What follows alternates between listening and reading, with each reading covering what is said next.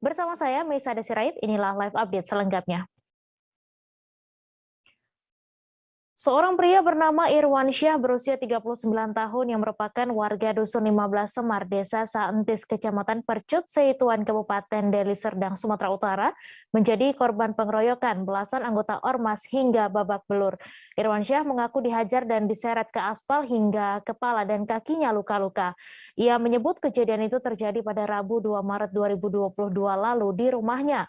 Untuk mengetahui info lebih detailnya, sudah bergabung bersama kami rekan jurnalis Tribun Medan, Freddy yang akan menyampaikan laporannya. Silakan, Freddy. Ya, baik Medan juga Tribuners. Jadi benar bahwa Irwansyah itu menjadi korban penganiayaan yang diduga dilakukan oleh Ormas Pemuda Pancasila di Percut Seituan. Jadi pada saat itu dia mengatakan bahwa yang pertama kali bermasalah adalah temannya bernama Putra. Jadi si Putra itu tiba-tiba dikeroyok oleh belasan bahkan puluhan orang. Jadi pengeroyokan itu berada di rumah si Irwansyah. Nah, si Irwansyah ini mencoba melerai karena lokasinya itu berada di rumahnya dan itu juga temannya. Lalu tiba-tiba ia menjadi sasaran amukan dari puluhan anggota ormas itu. Dan di situ dia dicekik, dipukuli hingga kepalanya itu luka-luka dan kakinya luka dan dia itu diseret-seret ke aspal di depan adik kandungnya. Jadi di lokasi itu ada adik kandungnya dan si Putra. Sementara saat ini si Putra temannya itu yang pertama kali dihajar oleh puluhan anggota ormas itu melarikan diri. Jadi belum diketahui pasti permasalahan apa yang memicu pengeroyokan itu. Sementara polisi mengaku masih memburu para pelaku yang diduga berasal dari ormas di percetahuan itu. Begitu, Mi. Ya, baik. Terima kasih, Freddy dari Tribun Medan atas laporan Anda. Selamat bertugas kembali. Kita beralih ke informasi selanjutnya, Tribuners. Sebuah mayat ditemukan di area persawahan Desa Dukuh Turi, Kecamatan Dukuh Turi, Kabupaten Tegal. Mayat tersebut ditemukan pertama kali oleh petani sekira pukul 6 waktu Indonesia Barat. Belum diketahui identitas dari mayat tersebut, namun diperkirakan berusia 30 tahun. Untuk informasi lebih lengkapnya akan disampaikan oleh rekan jurnalis Tribun Jateng, Fajar Bahrudin, yang kini sudah terhubung bersama kami. Silakan, Fajar. Ya, terima kasih, Mei. Ya, jadi betul telah terjadi penemuan mayat seorang perempuan ya, mayat berjenis kelamin perempuan di area persawahan Desa Dukuh Turi, Kecamatan Dukuh Turi, Kabupaten Tegal. Jadi penemuan mayat perempuan ini cukup menggegerkan masyarakat setempat, terutama masyarakat Kabupaten Tegal karena belum lama ini juga ditemukan mayat berjenis perempuan yang termutilasi di daerah Suradadi, Kabupaten Tegal. Nah, untuk kronologis penemuan mayat perempuan ini sendiri, itu menurut informasi dari warga, pertama kali diketahui oleh petani, seorang petani yang hendak ke sawah. Itu sekitar pukul 6 pagi. Nah, kemudian petani itu mendapati mayat berjenis perempuan yang posisinya itu sedang telungkup di atas air ya. Jadi yang terlihat itu hanya bagian pantat, yang mengapung itu hanya bagian pantat dan salah satu kakinya. Nah, kemudian warga setempat melaporkan kepada perangkat desa dan petugas kepolisian. Nah, untuk ciri-ciri mayat tersebut sendiri, jadi mayat tersebut diperkirakan usianya sekitar 30 tahun. Lalu saat dilakukan oleh olah TKP, ternyata ciri-cirinya itu dia menggunakan tank top berwarna lurik hitam putih, kemudian celana panjang berwarna ungu, rambutnya dikucir belakang, dan alisnya tebal. Nah, pantauan kami di lapangan saat dilakukan oleh olah TKP oleh petugas Inafis, jadi ada darah di daerah mulut mayat tersebut. Itu yang kami pantau ya. Nah, sementara berdasarkan informasi warga, Bapak Hartoyo mengatakan bahwa tidak ada keanehan sebelum ditemukannya mayat tersebut. Jadi warga setempat di situ sempat mendengar suara keributan, suara bising, banyaknya kendaraan bermotor yang melintas di area persawahan sekitar pukul setengah 3 pagi. Tapi belum diketahui secara jelas apakah ini korban pembunuhan atau tidak. Nah, sementara dari keterangan kepolisian saat kami wawancarai Bapak AKP Bambang, Kapolsek Dukuturi, jadi memang betul ada penemuan mayat yang ditemukan oleh seorang petani, tetapi Pak Bambang ini belum bisa menyampaikan apakah itu korban pembunuhan atau penganiayaan atau bukan.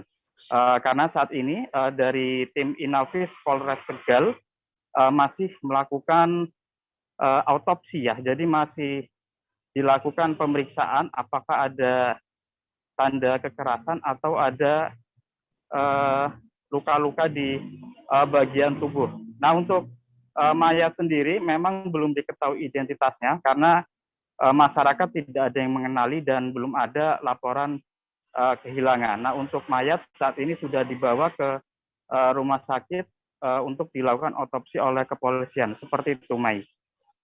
Ya, baik. Terima kasih Fajar Bahrudin dari Tribun Jateng atas laporan Anda. Dan Tribuners, wartawan kami juga telah menghimpun wawancara dengan Kapolsek Dukuh Turi. Berikut tayangannya untuk Anda. Di rumah ada orang datang ke rumah saya bernama Kasih melaporkan bahwa di sawah ada mayat terkelungkup di parit. Setelah itu saya ngebel ke Pak RT. Pak RT ngecek lokasi, terus berikut saya ke lokasi, ternyata di sini sudah ramai. Cukup itu. Apanya? Ditemukan tadi pagi. Ditemukan tadi sekitar jam 6. Ada tanda-tanda luka nggak? Sementara tanda-tanda luka belum ada. Kalau warga sini sempat terjadi keanehan nggak pas malam apa pagi tadi? Sempat warga sini mendengar keributan sekitar jam 2:30. Beberapa motor keluar masuk ke. Kronologis penemuan mayatnya seperti apa, Pak? Ya, baik. Jadi informasi terkait dengan penemuan mayat ini lokasinya di areal persawahan Desa Dukuturi, Kecamatan Dukuturi, Kabupaten Tegal. Informasi awal kami tadi jam 06.00 dilapori oleh Pak Lurah Dukuturi terkait dengan adanya penemuan mayat di areal persawahan. Kemudian kami segera koordinasi dengan tim Polres, kemudian mendatangi ke TKP. Setelah ditemukan di lokasi, tim identifikasi Polres, kemudian olah TKP. Identitas untuk sementara belum diketemukan, hanya ini jenisnya seorang perempuan. Warga setempat ada yang mengenali kah, Pak? Untuk sementara warga setempat belum mengenali, ya karena mungkin kondisinya yang basah atau mungkin agak kotor, jadi warga untuk sementara belum ada informasi terkait warga yang hilang. Kalau untuk usia sekitar usia berapa, Pak? Usia kurang lebih 30 tahunan. Jadi kondisinya juga karena jatuhnya itu di areal pesawahan, jadi kondisinya agak kotor. Demikian, Mas. Apakah ada dugaan pembunuhan, Pak? Untuk tanda-tanda kekerasan atau dugaan pembunuhan kami belum bisa menyampaikan. Nanti setelah tim identifikasi dan forensik untuk melaksanakan pemeriksaan baru kita bisa menyampaikan seperti itu. Pemerintah Kota Bandar Lampung mempersilahkan bioskop beroperasi di tengah PPKM level 3. Sebagai syarat, selain memindai barcode aplikasi Peduli Lindungi, pengunjung wajib tes antigen dengan hasil negatif. Dan untuk mempermudah, Pemkot Bandar Lampung memfasilitasi tes antigen tersebut secara gratis di area bioskop. Untuk informasi selengkapnya akan disampaikan oleh rekan jurnalis Tribun Lampung, Vincenzius Soma yang kini sudah terhubung bersama kami. Silakan Soma. Ya, selamat siang Tribuners, selamat siang rekan Mei. Dari Lampung kita menginformasikan bahwa operasional bioskop masih berlangsung normal, walaupun saat ini Bandar Lampung sendiri masuk ke dalam penerapan PPKM level 3. Operasional bioskop secara kasat mata hampir sama seperti biasanya, yakni pelaksanaan barcode aplikasi Peduli Lindungi dan penerapan batas kapasitas dari pengunjung sebanyak 50%. Namun yang berbeda, Hal ini terjadi sejak kemarin, di mana sebelum pengunjung melakukan pemesanan tiket di loket box office, pengunjung diminta untuk mendatangi tempat yang telah disediakan di area tugu. Mereka diarahkan untuk melaksanakan rapid test antigen secara random. Adapun pelaksanaannya sendiri difasilitasi oleh pemerintah Kota Bandar Lampung. Saat kita coba konfirmasi, belum ada waktu pasti sampai kapan penerapan rapid test antigen ini diberlangsungkan. Namun ada kemungkinan memang penerapan ini akan berlangsung selama Bandar Lampung masuk dalam PPKM level 3. Dari sini, respon pengunjung pun masih kita lihat cukup melegakan ya bisa dibilang, karena memang area bioskop yang kita tahu memang area indoor tertutup dan tanpa ventilasi udara yang cukup baik untuk pernapasan. Meski begitu, sejumlah masyarakat karena pengadaan rapid test antigen secara random di bioskop ini terkesan mendadak, masyarakat lebih meminta kepada pemerintah ataupun penyelenggara bioskop untuk terlebih dahulu mensosialisasikan prosesi antigen di area bioskop tersebut. Begitu rekan Mei. Ya baik, terima kasih Soma atas laporan Anda. Selamat bertugas kembali. Kita beralih ke informasi selanjutnya, Tribuners. Terdakwa kasus dugaan suap pada Bupati Muba, Suhandi, pada sidang agenda nota pembelaannya, memohon hukuman seringan-ringannya pada Majelis Hakim Pengadilan Tipikor Palembang. Dalam nota pembelaannya, Suhandi mengaku menyesali perbuatannya dan memohon hukuman seringan-ringannya pada Majelis Hakim. Untuk info selengkapnya akan disampaikan rekan jurnalis Sriwijaya Post, Khairul Nisya, yang kini sudah terhubung bersama kami. Silahkan Nisya. Oke, selamat siang Mei. Kami melaporkan dari Palembang bahwasanya terdakwa Suhandi pada agenda sebelumnya itu melakukan pembelaan atas tuntutan dari jaksa penuntut umum yang menuntut terdakwa Suhandi, terdakwa kasus suap pada Bupati Muba ini dengan hukuman 3 tahun. Dalam pembelaannya, nota pembelaannya, Suhandi mengaku sangat menyesal dan sebelumnya tidak mengetahui kalau perbuatan suap itu adalah melanggar hukum.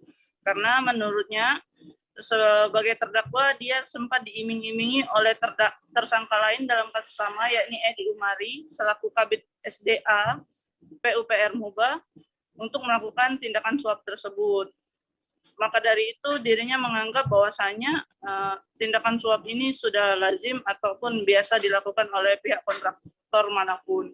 Oleh karena itu pada Majelis Hakim Pengadilan Tipikor Palembang, Suhandi memohon hukuman seringan-ringannya dan dapat dilakukan apabila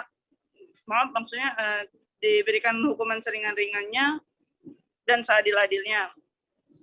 Dari perbuatan ini, dari perkara yang menimpa Suhandi juga, Suhandi berharap dapat menjadi pelajaran bagi kontraktor lainnya untuk tidak ceroboh atau harus berhati-hati dalam mendapatkan proyek-proyek baik itu secara swasta ataupun dari pihak pemerintah. Seperti itu, Mei. Ya baik, terima kasih Nisya atas laporan Anda. Selamat bertugas kembali. Kita beralih ke informasi selanjutnya, Tribuners. Longsor terjadi di Jalan Marta Dinata, Paal 2, Manado, tepatnya di depan Monumen Manado Kota Doa pada Jumat 4 Maret, sekira pukul 18 waktu Indonesia Tengah.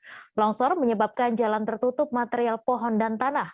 Akibat kejadian tersebut, seorang pengendara motor tertimbun longsor.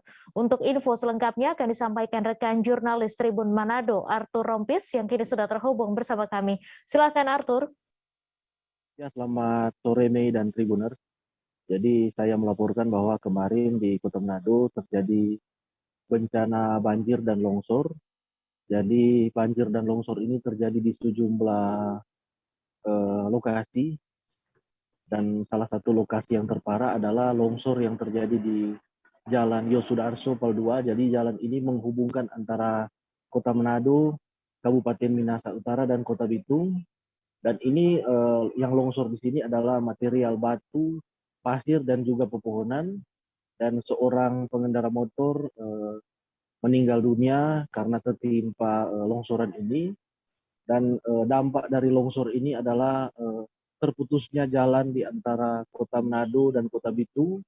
Jadi ada sekitar 4 jam jalan itu tertutup, tidak bisa dilalui karena para petugas sementara melakukan pembersihan lokasi longsor.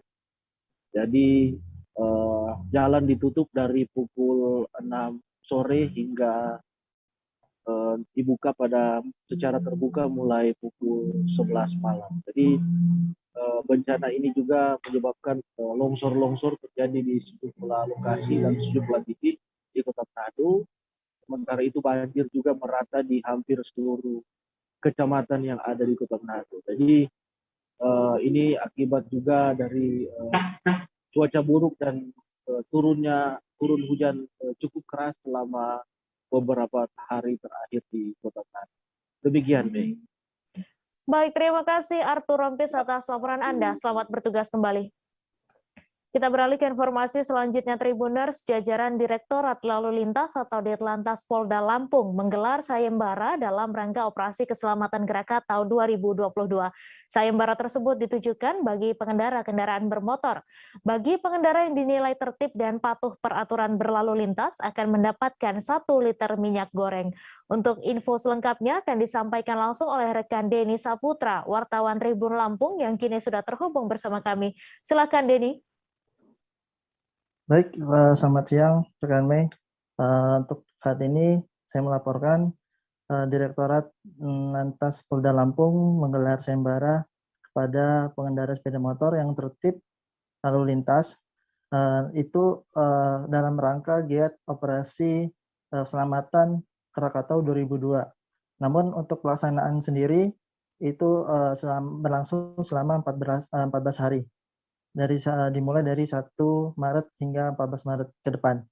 Namun untuk pelaksanaan operasi ini Ditlantas Polda Lampung menggelar sayembara yang pengendara mendapatkan 1 liter minyak goreng dan seperti hand sanitizer dan protokol kesehatan. Namun dilaksanakan ini di beberapa titik itu secara random. Nah, kemudian dilakukan juga di Lantas Polda Lampung memberikan kepada pengendara yang tertib pada lalu lintas. Begitu, rekan Mei. Ya, baik. Terima kasih, Denny, atas laporan Anda. Selamat bertugas kembali. Kami akan kembali selesai jeda sejenak, Tribuners, tetap di live update. Oke, apa kabar Bang Aris di sini untuk strateginya? Kalau saya sendiri di Gimik 37 ini yang semalam baru mulai, saya udah hitam. Sebenarnya aku nggak ngerasa itu penangkapan atau penggerebegan atau apapun itu. Karena gitu, posisinya aku kriteria. Jadi kita mengenal disebut dengan stroke yang tidak berdarah dengan stroke yang berdarah. Stroke yang tidak berdarah itu biasanya ditandai dengan adanya penyumbatan. Kalau itu terjadi di sini mungkin pikirnya tidak ke situ kali ya. Tapi kalau di Korea atau di Kamboja itu ada beberapa paper yang saya itu Mas, ya, dulunya tukang koran. Oh gitu ya. Tukang koran. Ya, saya baca itu Pak. Tuh kan pernah baca kan? Ya. Jadi kalau saya jadi tanggam itu udah bersyukur banget. Si anak ini dijadikan sebagai tersangka begitu. Ya, kalau ini kita bicara yang di luar kasus Sukomondo ya. Dengan nama hujan shower, di mana terdapat batas jelas antara daerah hujan dan tidak hujan yang biasanya terjadi pada fase awal mature stage atau tahap berbahaya itu Kang. Jadi mulai artinya terjadinya perlembekan. Nah itu untuk penetrasi akan sulit gitu ya. Dok, saya ini menurut saya memang tidak mudah, bukan urusan tanah diambil. Kalau misalnya Amerika Serikat sekarang, Rasulullah mengatakan dalam sebuah hadis bahwa berpuasa di 6 hari Syawal itu. Oke, apa kabar Bang Aris di sini untuk strateginya? Kalau saya sendiri di Gimik 37 ini yang semalam baru mulai, saya udah hitam. Sebenarnya aku nggak ngerasa itu penangkapan atau penggerebegan atau apapun itu. Karena gitu,